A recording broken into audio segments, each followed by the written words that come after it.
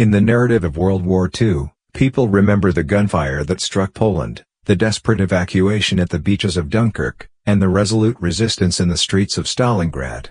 Yet beyond the smoke and flames, some events unfolded quietly, but no less significantly, altering the course of the war and even the trajectory of a nation's history.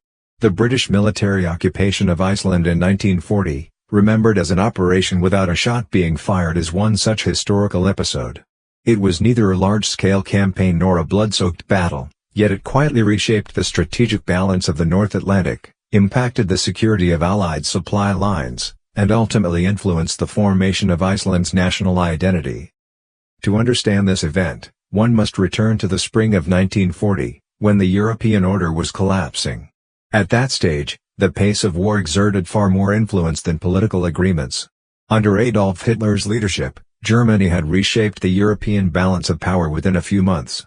The German invasion of Poland in September 1939 triggered the outbreak of war, and the subsequent Soviet occupation of eastern Poland under a secret protocol made Britain and France realize that diplomatic measures alone could no longer prevent a reallocation of power on the continent.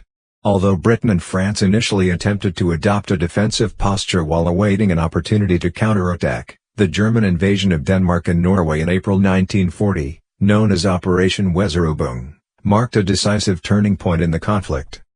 Denmark surrendered after less than a day of resistance. Its military was unable to organize an effective defense, and the political leadership opted for cooperation to spare the capital, Copenhagen, from destruction.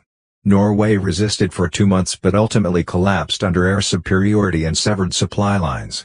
For Britain, German control over Denmark and Norway not only threatened North Sea routes but also transformed the strategic landscape of the entire North Atlantic. British intelligence and military planners realized that if Germany continued expanding along the North Atlantic, Iceland, a politically isolated, militarily vulnerable, and geographically crucial island, could be the next target. At that time, Iceland was not a fully independent nation but existed in a personal union with the Kingdom of Denmark. The 1918 Act of Union granted Iceland extensive autonomy, but foreign affairs and defense remained under Copenhagen's control. After Denmark's surrender, this law became a paper shield with no enforcer. The Icelandic government faced a stark reality: it could neither protect itself as a neutral state nor possess the military power to resist any potential invasion. Prime Minister Hermann Jónasson recorded in a cabinet meeting, "Iceland is like a wilderness, we have no forces to rely upon, and cannot give guarantees to any side." This statement reflected both the government's powerlessness and its precarious position between the demands of war and the calculations of great powers.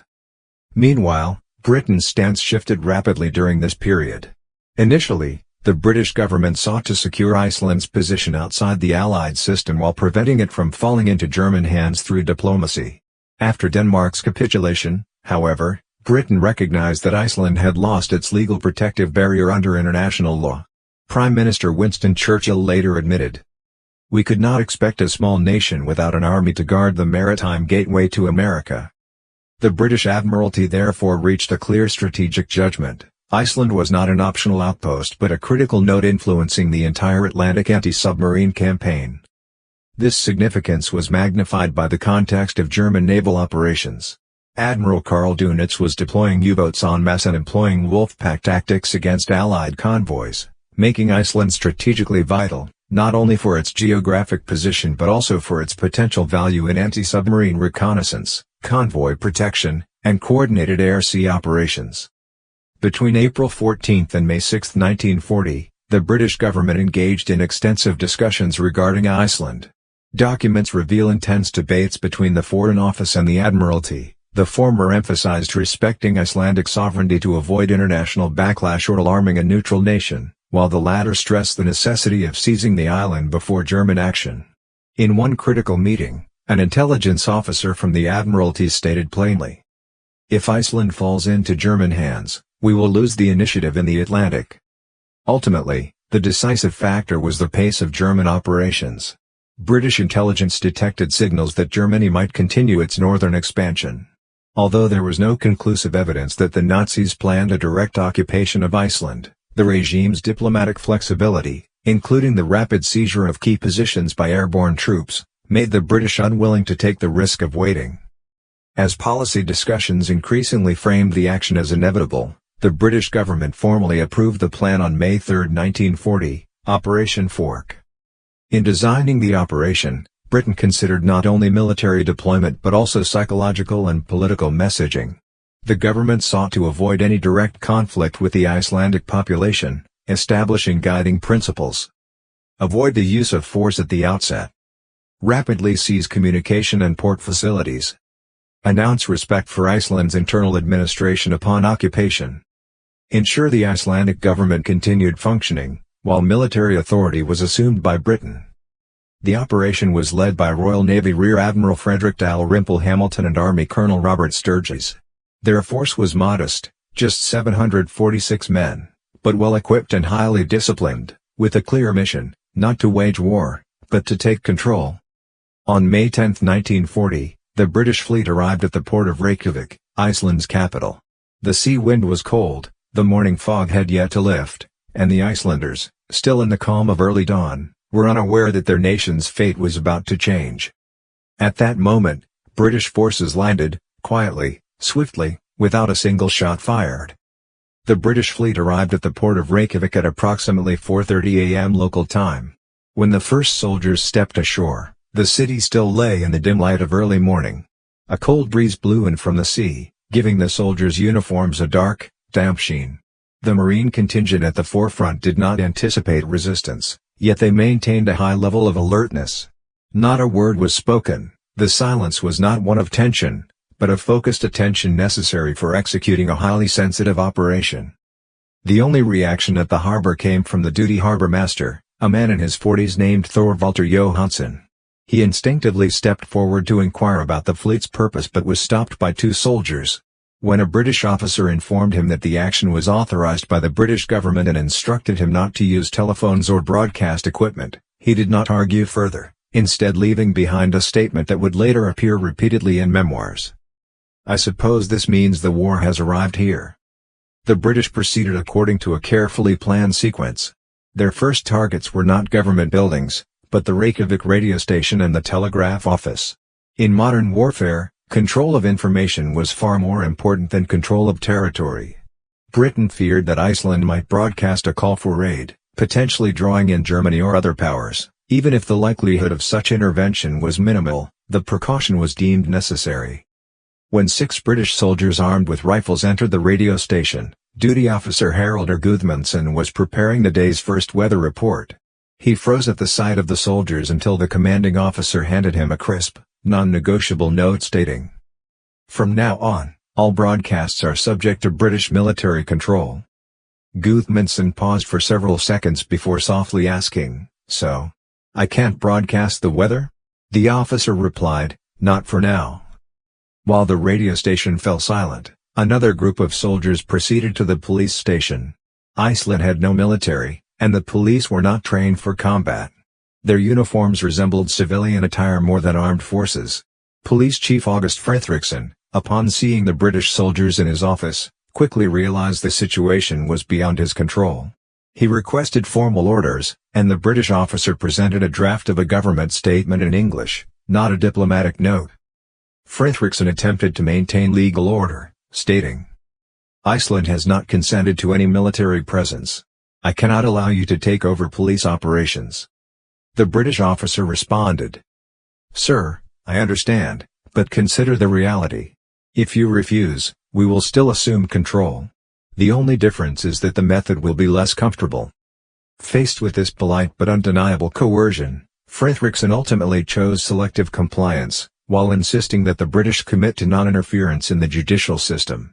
Colonel Sturgis agreed and later repeated this assurance to the Icelandic government, though in practice, the military occupation had already affected judicial independence. By the time Iceland's senior government officials learned of the operation, roughly 2 hours had passed since the landing began. Prime Minister Hermann Jónasson was awake and urgently, hastily dressed, and saw the Royal Navy flag rising over the harbor, realizing that events had become irreversible. Jónasson convened an emergency cabinet meeting, while British representatives arrived under military escort. They presented a carefully worded statement.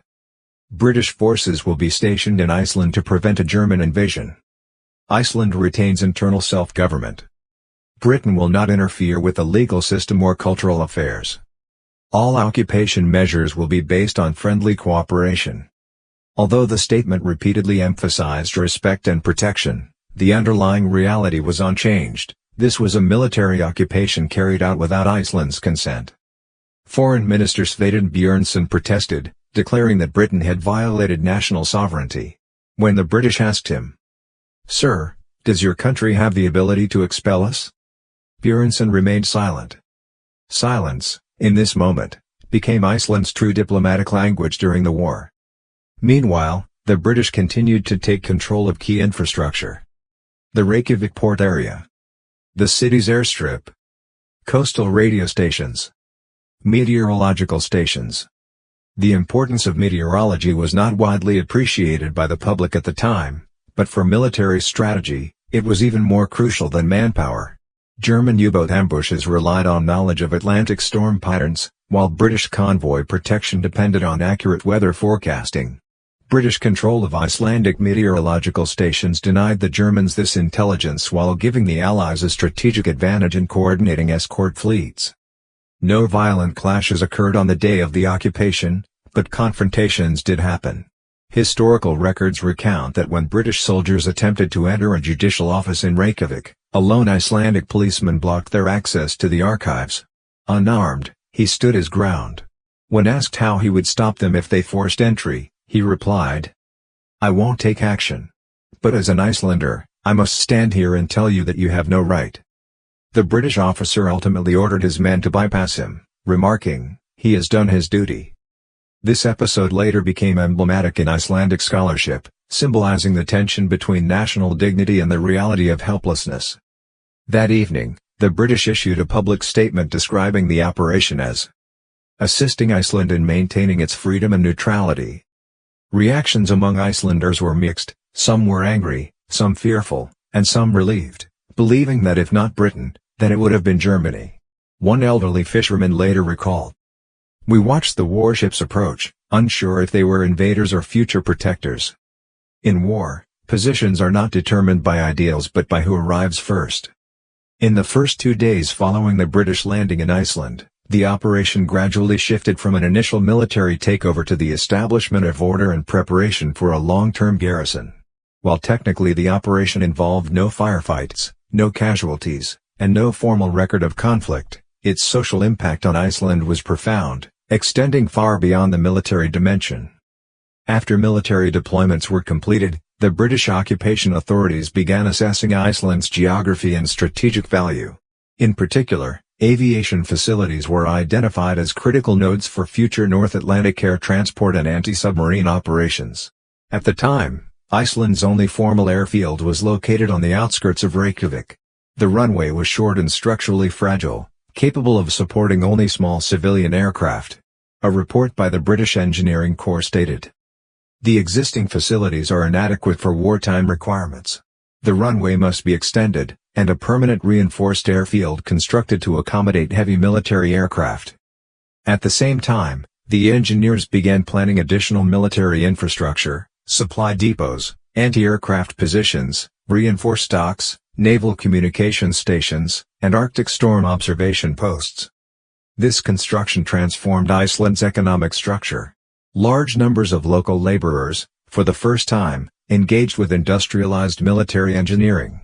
Wages rose significantly, often surpassing the income levels of the fishing industry at the time. This prompted debate within Iceland. Some saw it as an opportunity brought by a colonial military government, while others considered it the cost of being forcibly drawn into a war economy. Politically, the Icelandic government sought to maintain national dignity while pragmatically avoiding a loss of control. Heated debates emerged in the Althing regarding how to respond to the British occupation. Some legislators advocated openly condemning Britain, while others argued that diplomatic protests should be confined to written and symbolic forms to avoid unpredictable consequences. In a closed-door meeting, Prime Minister Hermann Jónasson reportedly summarized the prevailing sentiment with a line that would later become emblematic. "We are not deciding what we want, we are deciding what we can still retain." This mindset permeated Icelandic society. Although newspapers were subject to military censorship, they continued to express nationalist sentiment where possible. For example, Morgunblaðið, on the fourth day of the occupation, editorialized, "Iceland does not intend to become the vassal of any empire. But we must acknowledge that we have no army, no allies, and no choice. All that remains is hope that the occupiers will honor their promises."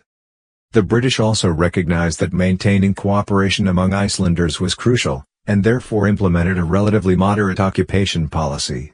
They refrained from interfering in religion, language, or education, did not requisition civilian assets, and paid for all military construction projects. A Foreign Office document noted, "We are not replacing German oppression. We must strive to appear as Iceland's guardians, not its rulers." Yet, regardless of the language used, the fact remained, Iceland had lost ultimate control over its territory and foreign affairs. Another effect of the military presence was the accelerated exposure of Icelandic society to external influences. British soldiers gradually became a part of everyday life, interacting with local residents in markets, pubs, churches, and streets. Historian Hannes Jonsson later wrote, "For many Icelanders, this was the first encounter with the scale of a modern European army. For British soldiers, it was the first experience of living in a society that was neither hostile nor predictable." Official discipline restrained most soldiers' behavior, but cultural friction occurred. Some soldiers failed to understand Icelanders' sensitivity regarding private property, land ownership, and religious rituals. Local scholars recalled one incident in which a British soldier, curious, trespassed on private farmland and was sharply rebuked by the farmer. The soldier attempted to explain that he was just walking, but the farmer replied, "You are not tourists. You are an occupying force." Such incidents, though non-violent, reflected the subtle tension between occupation and cooperation. Meanwhile, MI6 and the Naval Intelligence Division began using Iceland as an outpost for monitoring German activity. They established secret listening stations to intercept North Atlantic radio communications, particularly those of German U-boats. These facilities played a crucial role in the subsequent Allied anti-submarine strategy, especially in countering the Wolfpack tactics during the Battle of the Atlantic. British records indicate that Icelandic monitoring stations intercepted and analyzed thousands of German transmissions each week, some of which were sent to Bletchley Park for cryptographic analysis. This meant that Iceland served not only as a logistical and military base but also as an integral part of the intelligence network. By late summer 1940, Icelandic society gradually moved from shock to pragmatic acceptance. Daily life changed significantly. Consumption patterns incorporated imported goods such as cigarettes, canned food, and machinery. Urban populations grew, trade increased, female employment rose, and social hierarchies shifted. However, new challenges emerged, including currency depreciation, inflation, and pressure on social control systems. The Icelandic government had to establish temporary policies to address the economic and societal disruptions caused by the occupation. During this period, many Icelandic intellectuals began re-evaluating the relationship between national identity, sovereignty, and political reality. Some feared that the occupation threatened the country's independent spirit, while others saw it as a catalyst for modern state building. Philosopher Einar Olgeirsson wrote in a private diary, "We exist not because of strength, but because we believe we are worthy of existence. The question now is whether the world agrees." At this stage, the occupation had shifted from a tactical maneuver to a strategic structure, one that would continue to evolve, eventually leading to another pivotal moment, the transfer of Icelandic defense to the United States in 1941, one of the most significant turning points in Iceland's modern history. In the spring of 1941, the situation in Iceland underwent another subtle transformation. Although the British occupation had gradually stabilized, the British increasingly recognized that maintaining the garrison was extremely costly, particularly as the war in the North Atlantic escalated. Britain was far from a position of strategic comfort. Nazi Germany controlled continental Europe, the North African campaign was at a stalemate, and Atlantic shipping lanes suffered heavy losses to U-boat attacks. The Royal Navy and Royal Air Force required additional forces for convoy protection and anti-submarine operations, while the Iceland garrison continued to expand. Under the pressure of stretched war resources, the British government began to view Iceland as a strategic burden requiring reassignment. At this point, Domestic politics and international diplomacy began to intersect, and the United States gradually emerged as a potential actor. Although U.S. President Franklin D. Roosevelt had maintained a neutral stance in the early war years, his position began to shift from 1940 onward. He believed that if the Atlantic sea lanes were compromised, American national security would be directly threatened.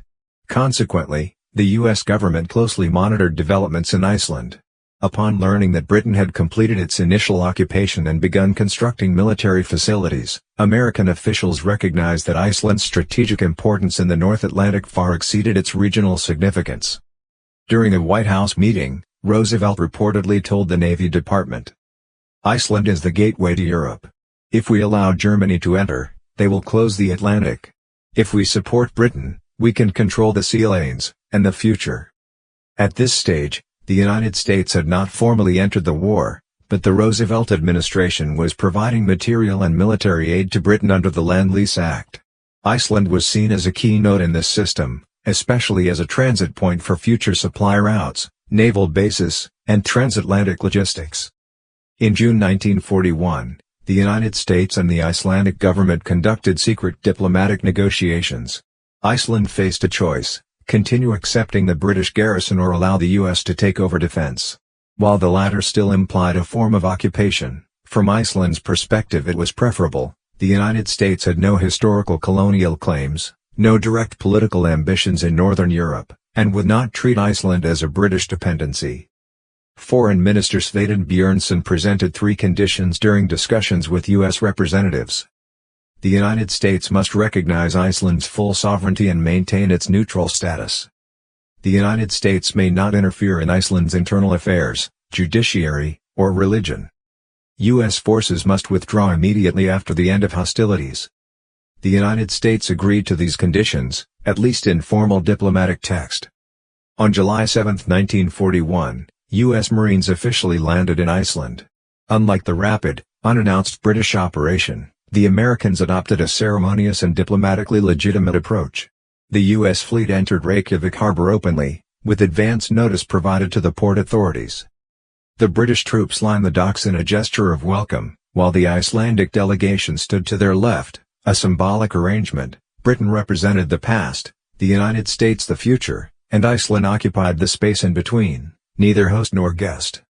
During the landing ceremony, U.S. Marine Commander General James O. Marines issued a statement, one line of which would later appear in Icelandic history textbooks. "We are neither conquerors nor rulers. We are here because the world has placed Iceland in the center of the storm, and we are willing to face it together with Iceland." Despite the conciliatory tone, Icelandic officials maintained a serious demeanor. Prime Minister Jónasson responded with measured words. "We welcome cooperation, but we will never welcome occupation." A brief silence followed, broken only by the firing of ceremonial salutes. This event symbolized Iceland's transition to a new stage, from British military occupation to American administration. Under U.S. control, the scale of military construction expanded rapidly. Multiple large-scale projects began simultaneously, including construction of the large air base at Keflavik, expansion of Reykjavik Airport to accommodate anti-submarine aircraft, construction of reinforced concrete shelters and coastal artillery positions, development of modern road systems to enable rapid movement of military vehicles. These infrastructure projects ultimately formed the backbone of Iceland's post-war transportation and airport network. In other words, Iceland's modernization was not the result of deliberate planning, but was propelled by wartime industrial imperatives. Once operational, these facilities enabled coordinated operations among U.S. Army, Navy, and Air Forces, making Iceland a critical node in the North Atlantic anti-submarine network. PBY Catalina patrol planes, B-24 Liberator anti-submarine bombers, and radar listening equipment were deployed, turning Iceland into a stealthy hunter of U-boats. A German U-boat commander later wrote, "Once the Allies took Iceland, we lost the shadowed mid-Atlantic." At the same time, American troops began interacting more deeply with Icelandic society than their British predecessors. U.S. culture was more open, soldiers were better paid and engaged in more frequent consumer activities, introducing bars, dances, cinemas, and other urban leisure options. Icelandic youth, particularly women, interacted with American personnel, and the previously restrained social order established under British occupation began to loosen. This cultural interaction gave rise to a phenomenon referred to as Icelandith, describing romantic relationships between Icelandic women and foreign soldiers. The Icelandic government even established a special committee to study the impact of these behaviors on national culture and social structure. This was not a moral issue per se, but reflected the social and identity anxieties of a country navigating military occupation without formal conquest. As the war progressed, Iceland became more than a strategic location, it became an essential component of Allied operations in the North Atlantic. Supply convoys, anti-submarine aircraft, radar intelligence stations, and meteorological observers all converged on the island, making it an irreplaceable node in modern warfare. This sequence of events illustrates a broader truth of the era. The fate of small nations is determined not by their choices, but by how great powers perceive their place in the world. By this point, Iceland had transformed from a neutral island into the hub of the Atlantic military system, a shift that would continue to shape its post-war trajectory, including its role as a NATO member and host to long-term U.S. military forces. By 1942, Iceland had long ceased to be a mere neutral and insignificant area on the war map. It had officially become recognized by the Allies as one of the key strategic centers of the North Atlantic. With the United States fully engaged in the Pacific War and the threat of German U-boats continuing to haunt the Atlantic theater, Iceland's importance only grew. At this point, Iceland was not only a base for anti-submarine operations, but also an irreplaceable hub in the transatlantic supply and reconnaissance networks. The U.S. military deployed more advanced reconnaissance equipment in Iceland, including state-of-the-art radar stations and code interception posts. Bletchley Park's cryptography team regularly received raw data from Iceland's listening posts, which they used to analyze German submarine activities, weather conditions, and radio transmissions. As the Allies gained dominance over electromagnetic intelligence in the North Atlantic, the success rate of the German Wolfpack tactics began to decline. A 1943 U.S. Navy intelligence report stated, "Without Iceland, we could only chase the submarines. With Iceland, we began hunting them." This quote illustrates the transformation of Iceland's strategic significance from a defensive observation point to an active countermeasure hub. This shift further cemented Iceland's role in the war machine, and, in turn, altered Germany's approach to Iceland. Germany's countermeasures and the unfinished invasion plan. Although Germany never launched a true invasion of Iceland, from 1940 to 1942, the German military repeatedly discussed the feasibility of an offensive to capture the island. A memo from the Kriegsmarine noted, "If the Allies use Iceland as a base of operations, the balance of the Atlantic War will shift in their favor. If Iceland becomes an Anglo-American stronghold, we will lose strategic depth." This concern led to the formation of Operation Icarus, a plan to swiftly seize Iceland through a blitzkrieg-style assault, destroy its airports and port facilities, and militarize the island to block the North Atlantic. However, the operation was ultimately deemed infeasible due to several factors. The inability to establish a sustainable supply line. The complex maritime conditions of the North Atlantic that hindered armored transport. The rapid pace at which the Allies militarized the island, outstripping German expectations. The diversion of German manpower and naval forces to North Africa and the Eastern Front. As a result, Operation Icarus was shelved and remains a plan discussed only in archives and post-war studies. Historians later speculated that had Germany carried out the operation, Iceland would have become another bloody battleground, akin to the battles for Crete or Norway. However, due to the abandonment of the plan, Iceland retained a unique status in wartime history. It was a strategically vital territory that would not resist arms, yet it could decisively influence the direction of the war. Psychological shifts in Icelandic society and political realignment. As the number of American troops in Iceland increased, societal changes began to take shape.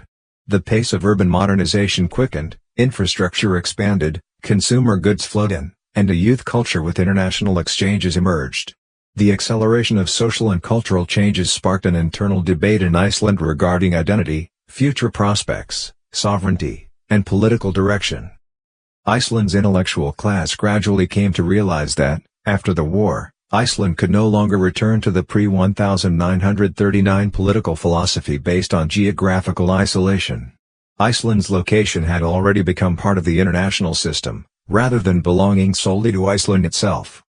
In 1943, an Icelandic parliamentarian publicly stated in the Alþingi, "We did not participate in deciding the course of this war, but this war will decide the future shape of our nation."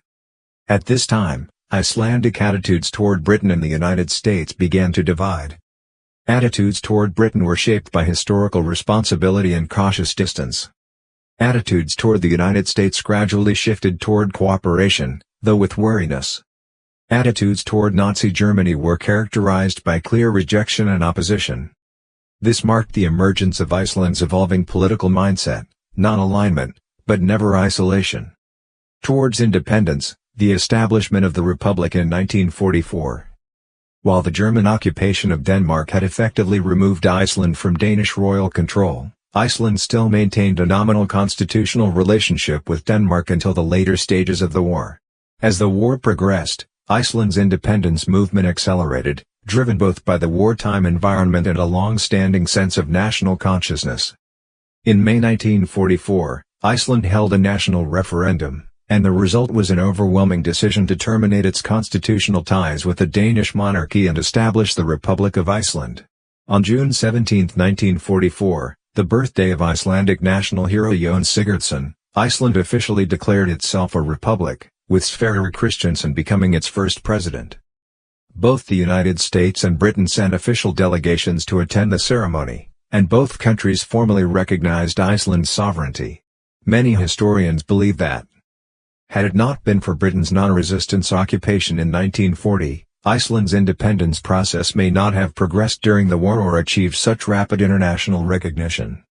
In other words, while the occupation cost Iceland its wartime autonomy, it indirectly accelerated the country's modernization and its path toward independence. End of the war and U.S. troop withdrawal. With the war's conclusion in 1945, the United States began to gradually withdraw its forces from Iceland in accordance with their agreement. The Icelandic public's reaction to the departure of American troops was mixed. There was relief, but also a sense of dependence on the troops and a sense of social emptiness as they left. However, the brief withdrawal did not last long. With the onset of the Cold War, Iceland was once again viewed as a crucial strategic hub. In 1951, the United States and NATO returned to Iceland, not as an occupation, but under a military agreement. From then on, Iceland became an integral part of the transatlantic military and political system, transforming from a geographically isolated island in the North Atlantic into a key node in the international security infrastructure. This period in Iceland's history represents the dramatic evolution of the country from a neutral, isolated nation to a vital piece in the global security framework. Despite its small size and limited military capability, Iceland's location and strategic importance made it an essential player in the Allied war effort and in shaping the post-war geopolitical landscape.